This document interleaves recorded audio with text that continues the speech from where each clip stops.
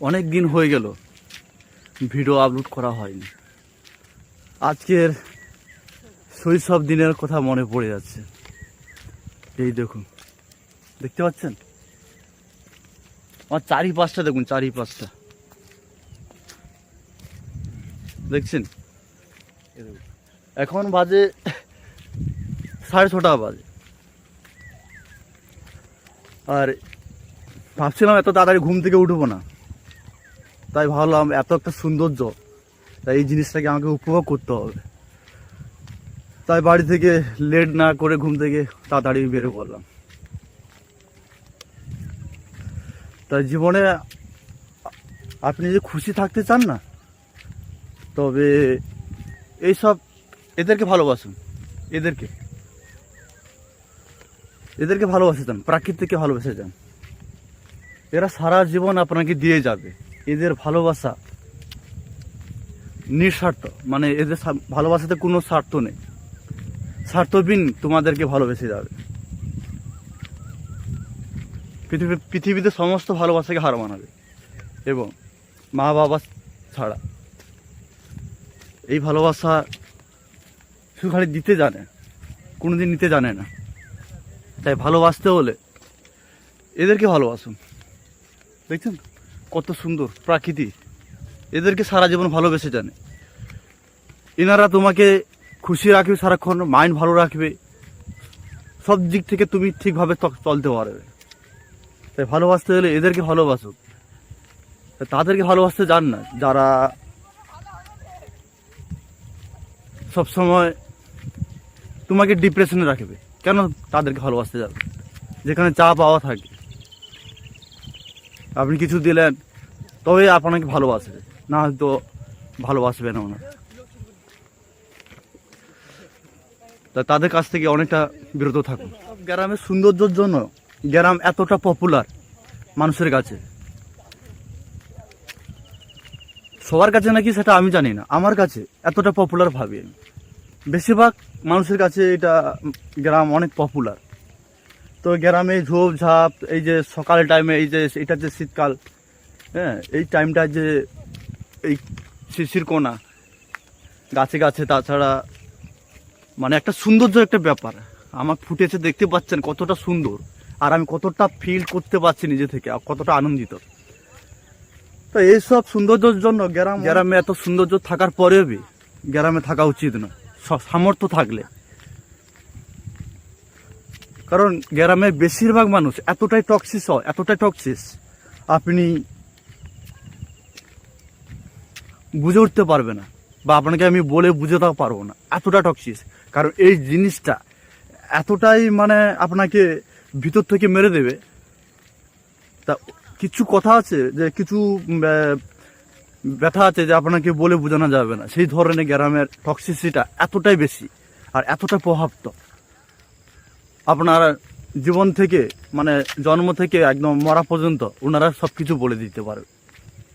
হ্যাঁ, তাছাড়া যে কার চুল বড়, কার দাড়ি বড়, ঠিক আছে, এই যে সানগ্লাসটা লাগানো আছে এটা ভালো লাগছে না।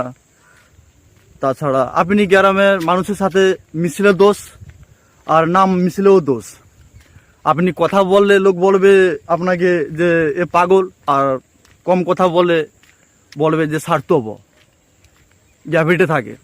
তো আপনি কোন দিকে যাবেন? তাছাড়া তো প্রত্যেকটা চায়ের দোকানে তো এভাবে আলোচনা করছে যে কোন মেয়েটা কোন বাড়ির ছেলের সাথে কথা বলছে,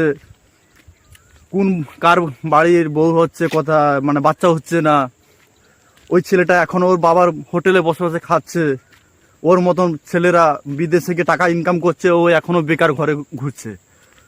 মানে এরা নিজেদের ভবিষ্যৎ নিয়ে, পরে ভবিষ্যৎ নিয়ে বেশি চিন্তিত থাকে গ্রামের বেশিরভাগ মানুষ। তাই আপনি যদি ঠিক থাকতে যান, এদেরকে অনেক বিরত রাখুন। কারণ কেউ যদি আপনার পিছনে খারাপ কথা বলতে দাও, কারণ ওর জায়গাটা আছে একদম ওই সবসময় বলি এটা, ঠিক আছে, কোনোদিন আপনার বরাবর হতে পারবে না। আমি তাদেরকে আর একটা কথা বলবো,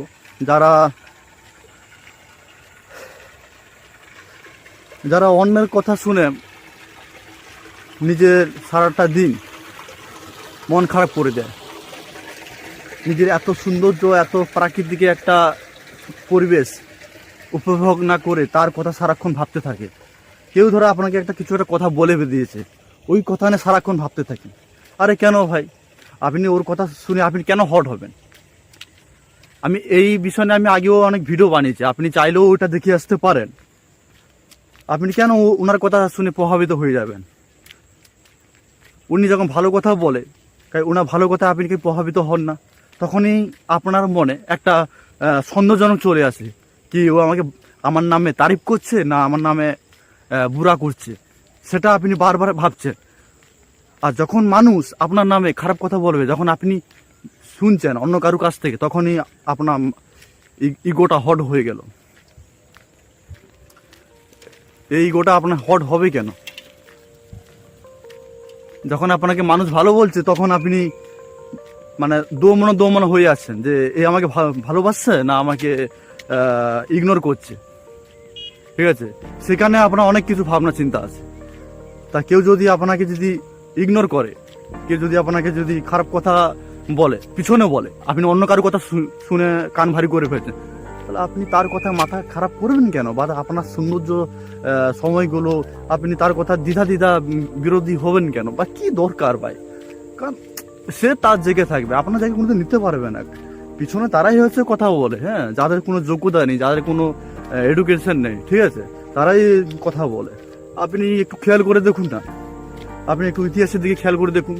ইতিহাসে সব মানুষরা, ঠিক আছে, যারা এখন সেই লেভেলে মানে যুগ যুগ ধরে অমর আছে, যারা মারা যাবার পরেও তারা অমর হয়ে আছে, হ্যাঁ, তাদের আপনি জীবন হিস্ট্রি একটু পড়ে দেখুন, তারা কীভাবে লাইফস্টাইলটা কাটিয়েছিল।